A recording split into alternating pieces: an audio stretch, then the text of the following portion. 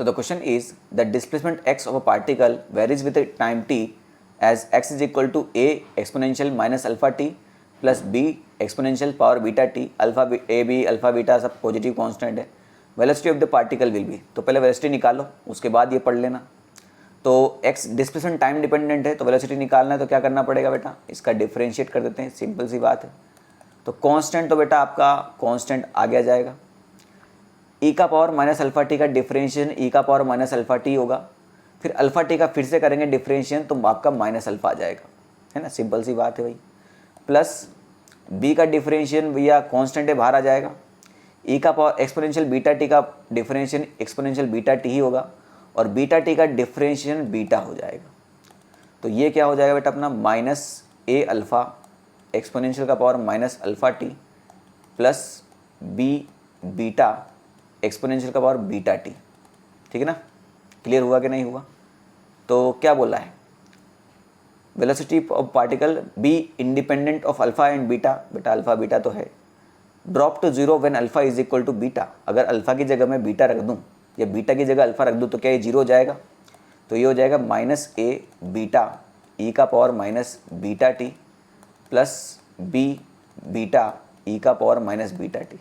ये जीरो नहीं होगा बेटा, क्योंकि यहाँ ई का पावर माइनस बीटा टी है और यहाँ ई का पावर बीटा टी है। अगर यहाँ पर भी ई का पावर माइनस बीटा टी होता तो ये जीरो हो सकता था, यानी बी भी नहीं आएगा।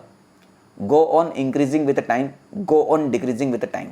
अच्छा, तो भैया इसको तो हटा ही दो क्योंकि ये तो हमने चेक किया है, तो ये तो इसका सीन है ही नहीं कहीं से कहीं तक। अब हमें ये चेक करना है कि क्या ये टाइम के साथ इंक्रीज हो जाता, अगर टाइम को बढ़ाएंगे तो डिक्रीज होता जाएगा या फिर टाइम को बढ़ाएंगे तो इंक्रीज होता जाएगा।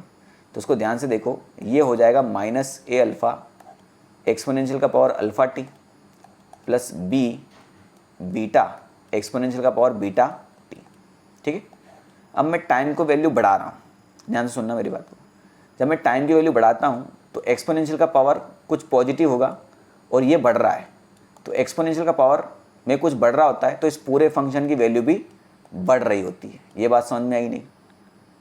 ठीक ना भाई, एक्सपोनेंशियल के ऊपर कोई पॉजिटिव है, अगर वो बढ़ रहा है तो इस पूरे फंक्शन की वैल्यू भी बढ़ेगी, यानी ये फंक्शन की वैल्यू बढ़ेगी और ये फंक्शन की वैल्यू भी बढ़ेगी। समझना मेरी बात को, ये फंक्शन की वैल्यू बढ़ेगी तो ये माइनस में है और ये डिवाइड में है, तो ये पूरा वैल्यू बहुत छोटा हो जाएगा, है ना भाई। ये वैल्यू बड़ी, टी का वैल्यू हमने कुछ रखा तो ये वैल्यू बहुत बड़ी हो गई, तो किसी बहुत बड़ी वैल्यू का अगर मैं किसी में डिवाइड करूँगा तो ये बहुत छोटा हो जाएगा और ये नेगेटिव में बहुत छोटा नंबर होगा, स्मॉल। ठीक है, प्लस इसकी वैल्यू तो बड़ी, तो बेटा ये तो बड़ी ही सही ना, क्योंकि ये तो ऊपर है, तो ये एक बहुत बड़ा नंबर हो जाएगा। तो बहुत बड़े नंबर में से छोटा नंबर घटाएंगे तो एक पॉजिटिव नंबर आएगा, यानी ये बढ़ता हुआ ही दिखाई देगा। तो टाइम के साथ ये पूरा फंक्शन बढ़ रहा है, तो go on increasing with time आएगा, go on decreasing with time नहीं आएगा। बात समझ में आ गई? अगर यहाँ पर प्लस होता तो भी आंसर यही आता, भाई ये बढ़ रहा है तो ये घट रहा है। ठीक है, तो ये पॉजिटिव में घट रहा है और ये पॉजिटिव में बहुत ज़्यादा बढ़ रहा है तो भी आंसर यही आता, है ना। बात समझ में आई नहीं? अगर ये पॉजिटिव में होता और फिर ये नेगेटिव में होता तो फिर ये टाइम के साथ नेगेटिव में बढ़ रहा है ना, इसको डिवाइड बाई करते ना फिर हम। बात समझ में आई नहीं? ठीक है,